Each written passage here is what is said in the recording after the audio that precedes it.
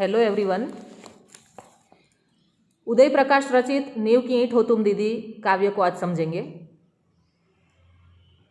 नींव की ईंट यानी बुनियाद या आधारशिला। नींव को गुजराती में पाया कहते हैं। मकाननो पायो जेनी ऊपर मकान चढ़ी सकीए छे मजबूत रहे। नींव जितनी ही मजबूत होगी मकान उतना ही मजबूत होगा। फिर चाहे कितनी ही आंधी तूफान क्यों ना आ जाए, बारिश क्यों ना आ जाए, मकान गिरता नहीं है। नींव की तरह स्त्री भी एक माता के रूप में, बहन या दीदी के रूप में, किसी भी रूप में संसार की जन्मदात्री है, पालन करता है। हम सभी के अस्तित्व का आधार स्त्री ही है। इस काव्य में कवि ने दीदी के गुणगान गाए हैं। परिवार में बच्चों के जीवन को संवारने में दीदी की अहमियत अलग अलग प्रतीकों के रूप में कवि ने स्पष्ट की है। बच्चों के जीवन निर्माण की कथा है, जिनके बचपन को दीदी ने संस्कारित किया है और ज्ञान दान दिया है। बच्चों को भी दीदी के व्यक्तित्व में अनेक संभावनाएं दिखाई देती है। बच्चों को संस्कार देने में, उनका जीवन निर्माण करने में दीदी ने जो त्याग किया है, उसकी बात कवि ने इस काव्य में बहुत सुंदर प्रतीकों के रूप में व्यक्त की है। उन्हें दीदी कभी पीपल के छां जैसी दिखती है, कभी दिए के प्रकाश की तरह दिखती है, कभी तरलता जैसी दिखती है, तो कभी विश्वास जैसी कठोर प्रतीत होती है। कवि अपने आप को हारिल पक्षी मानते हैं और उन्हें दीदी की इस नई दुनिया में हारिल बनकर जीना मंजूर है। विद्यार्थी मित्रों, पहले ट्यूशन नहीं था, नर्सरी स्कूल नहीं था, तब घर में हमारे बड़े भाई या बहन हमें पढ़ाते थे, हमें संस्कार देते थे। उसी तरह इस काव्य में भी दीदी ने अपने छोटे भाई बहनों को संस्कारित किया है, उन्हें ज्ञान दिया है। आइए इस काव्य को समझते हैं। इसमें जो शब्दार्थ है उसको ध्यान रखना।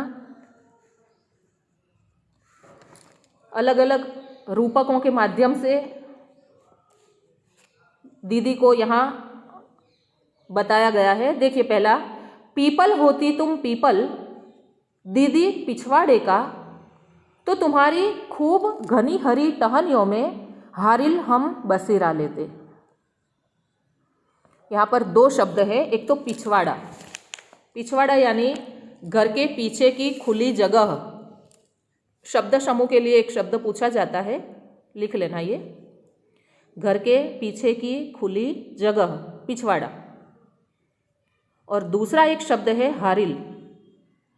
हारिल हरे रंग की एक छोटी सी चिड़िया होती है, बहुत ही चंचल होती है, जो अपने पंजों में हमेशा एक तिनका लेकर उड़ती रहती है। या कवि ने दीदी को पीपल का वृक्ष कहा है और अपने आप को हारिल पक्षी कहा है। अब भावार्थ देखिए इसका। पीपल होती तुम पीपल दीदी पिछवाड़े का। कवि कहते हैं कि दीदी, यदि तुम घर के पिछवाड़े का छायादार पीपल का वृक्ष होती तो तुम्हारी खूब घनी हरी टहनियों में हारिल हम बसेरा लेते। तो तुम्हारी खूब घनी और हरी डालियों में हम हारिल पक्षी बनकर अपना घर बसाते। हारिल होते हैं हमारी तरह ही, घोंसले नहीं बनाते कहीं, बसते नहीं कभी, दूर पहाड़ों से आते हैं, दूर जंगलों को उड़ जाते हैं। घोंसला पक्षियों का घर, घास फूस से बना हुआ पक्षी का घर, उसे घोंसला कहते हैं। यहाँ पर दीदी को पीपल कहा है, बच्चे हारिल पक्षी की तरह है।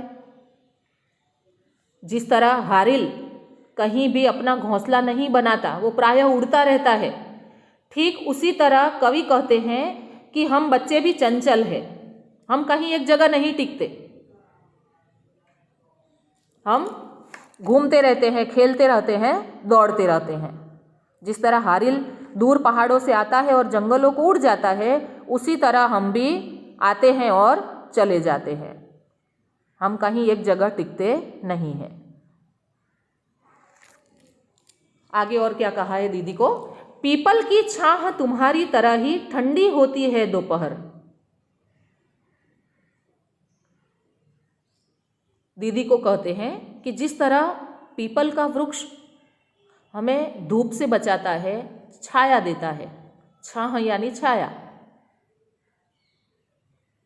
कितनी ही तेज धूप क्यों ना हो, पीपल के वृक्ष के नीचे हमें ठंडक मिलती है। उसी तरह दीदी के साथ रहते हुए कवि को सांत्वना मिलती है, क्योंकि दीदी पीपल के वृक्ष की छाया की तरह है, जो अपने छोटे भाई बहन को संभाल रही है, उन्हें संस्कार देती है।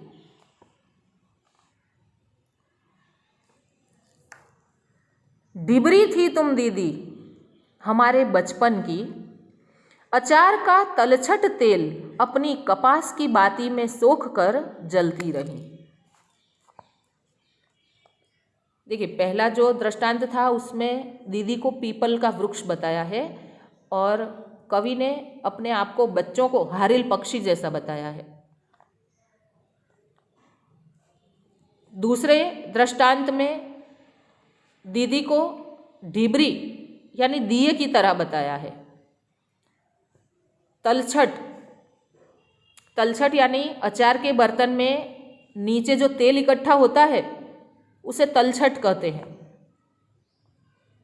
और बाती, बाती यानी रुई या सूत से बना हुआ लच्छा जो दीपक में रखकर हम लोग जलाते हैं। देखिए, इस दृष्टांत में क्या कहना चाहा है कवि ने। ढीबरी थी तुम दीदी हमारे बचपन की। कवि कहते हैं कि दीदी तुम तो उस दीपक की, दिए की तरह थी, जो बचपन में हमारे जीवन को प्रकाशित करती थी। अचार का तलछट तेल अपनी कपास की बाती में सोखकर जलती रही। जिस तरह दिए के अंदर बाती तेल सोखकर जलती रहती है, उसी तरह दीदी ने भी अनेक मुसीबतों को झेला है, कई प्रकार के त्याग किए हैं बच्चों को संस्कार देने के लिए, ज्ञान देने के लिए। उनका बचपन संवारा है। तो इसीलिए यहाँ कवि ने दीदी को ढिबरी यानी दिया कहा है और उसके प्रकाश में ये बच्चे बड़े होते गए और संस्कार सीखते गए। अपनी कपास की बाती में सोखकर जलती रही। यहाँ पर दीदी त्याग की भावना दीदी की बताई है कि दीदी ने कितना त्याग किया है। जिस तरह बाती तेल को सोखकर जलती है, उसी तरह दीदी भी बच्चों को संस्कार देने में अनेक प्रकार की मुसीबतों का सामना किया है, त्याग किया है। हमने सीखे थे पहले पहल अक्षर और अनुभवों से भरे किस्से तुम्हारी उजली सांस के स्पर्श में। कवि कहते हैं कि इस प्रकाश में हमने पहले पहल अक्षर लिखना सीखा था और अनुभवों से भरे किस्से आपके मुंह से सुने थे। मैंने आपको पहले भी बताया कि पहले के समय में इतना ट्यूशन क्लास नहीं था या नर्सरी नहीं था। छोटे छोटे बच्चे घर पर रहते थे और अपने बड़े भाई या बहन के पास रहकर सीखते थे, पढ़ते रहते थे। यही बात कवि भी कहते हैं कि हम दीदी के पास ही सबसे पहले अक्षर पढ़ना लिखना सीखा। अनेक प्रकार के किस्से कहानियां दीदी ने हमें सिखाई। बच्चों को संस्कारित करने में सबसे बड़ा योगदान दीदी का है, ऐसा कवि कहते हैं।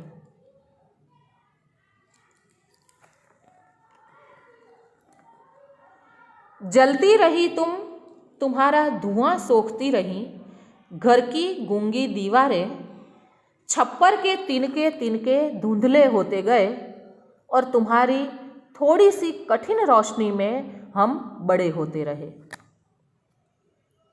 दीदी को कहते हैं कि जलती रही तुम, तुम्हारा धुआं सोखती रही, घर की गूंगी दीवारें। बच्चों को संस्कारित करने के लिए दीदी ने बहुत कुछ सहा है।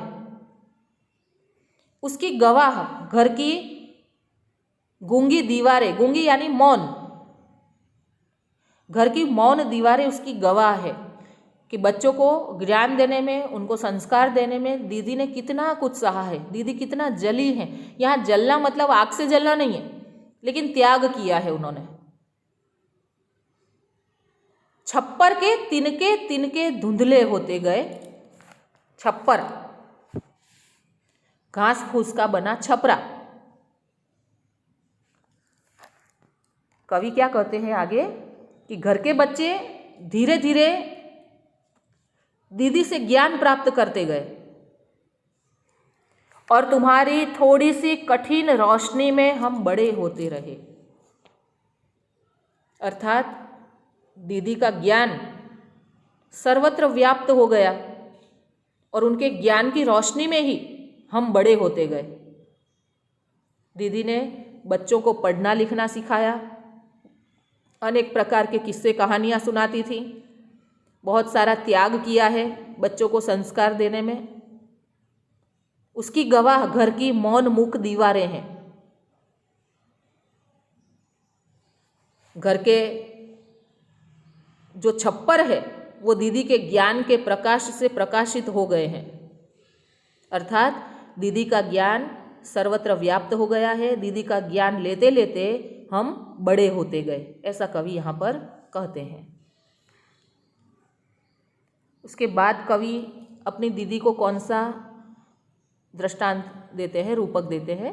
नदी होती तो हम मछलियां होकर किसी चमकदार लहर की उछाह में छूपते, कभी कभी बूंदे लेते, सीपी बन किनारों पर चमकते। उछाह यानी उत्साह। देखो आगे कवि नदी कहते हैं कि दीदी यदि तुम नदी की तरह होती तो हम मछलियां बनकर तुम्हारी चमकदार लहर में उत्साह से छूप जाते और कभी कभी सीपी बनकर अपने अंदर बूंद लेते और मोती बनकर किनारों पर चमकते। सीपी यानी छिपलू, આપણે ગુજરાતીમાં એને છીપલું કહીએ છીએ, જેના અંદર મોતી બને છે, એને सीपी કહેવાય। इस दृष्टांत में कवि ने दीदी को क्या कहा है? नदी कहा है और अपने आप को मछलियां कहा है और कहा है कि दीदी यदि आप नदी होती तो हम मछलियां बनकर किसी चमकदार लहर में उत्साह से छुप जाते और कभी कभी सीपी बनकर अपने अंदर बूंदे लेते और मोती बनकर किनारों पर चमकते।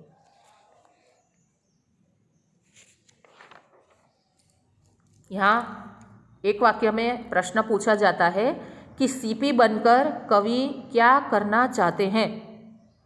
तो सीपी बनकर कवि अपने अंदर बूंदे लाना चाहते हैं ताकि ये बूंदे मोती बनकर नदी के किनारे चमके। ये टिक कर लेना। विद्यार्थी मित्रों, काव्य बड़ा है। पार्ट 1 हम यहाँ तक रखते हैं, पार्ट 2 मैं दूसरी वीडियो में आपको शेयर करूँगी। इसके अंदर जितने भी क्वेश्चन आते हैं वो हम देख लेते हैं कि हारिल कैसा पक्षी है।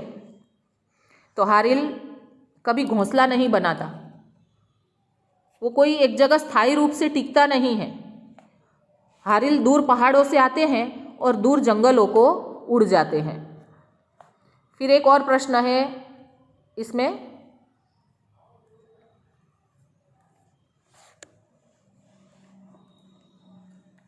दोपहर में ठंडी छां का अनुभव कवि कहाँ करता है। तो दोपहर में ठंडी छां का अनुभव कवि पीपल के वृक्ष के नीचे करते हैं। दीदी के किस्सों से कवि क्या प्राप्त करता था। तो दीदी के किस्सों से कवि अक्षर प्राप्त करता था। और चौथा प्रश्न है, सीपी बनकर कवि क्या करना चाहता था। सीपी बनकर कवि अपने अंदर बूंदे लाना चाहता था ताकि ये बूंदे मोती बनकर नदी के किनारे पर चमके। इसमें विकल्प भी है, जितने विकल्प पार्ट 1 में आ रहे हैं उतने हम देख लेते हैं कि हारिल बनकर कवि कहाँ बसेरा करना चाहते हैं।